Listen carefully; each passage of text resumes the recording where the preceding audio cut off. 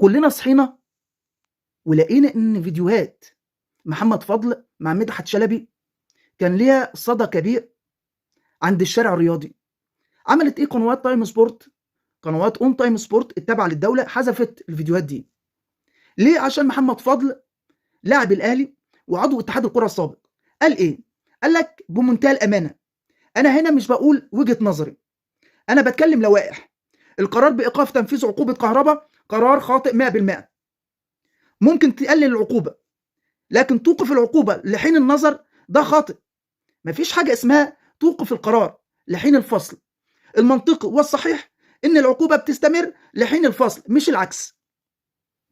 وقال اثناء وجودنا في اتحاد الكره حصل مشكله السوبر بين لاعبي الاهلي والزمالك، واللاعبين اتوقفت فور صدور القرار. الزمالك له كل الحق في حفظ حقوقه وقراره بعدم المشاركه. مدحت شلبي بالسذاجه الاعلاميه والعبط المتعمد بيوجه كلامه لمحمد فضل، بيقول له غياب الزمالك مش هيأثر على السوبر، وكده كده فريق بيراميدز قوي وعنده لعيبه نجوم. رد عليه محمد فضل، والرد كان بكل ذكاء وحنكه اداريه لا تقبل التطبيل او التقليل او التأويل. قال له كده مباشره: لا طبعا يا كابتن، كلامك غلط. مفيش وجه مقارنه بين مشاركه الزمالك ومشاركه بيراميدز.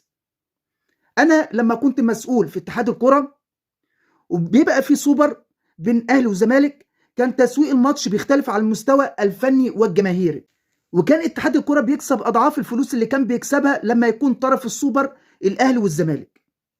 نادي الزمالك اسم وجماهيريه كبيره، لما بيتحط في اي ماتش المستوى التسويقي والاعلاني للماتش بيزيد اضعاف.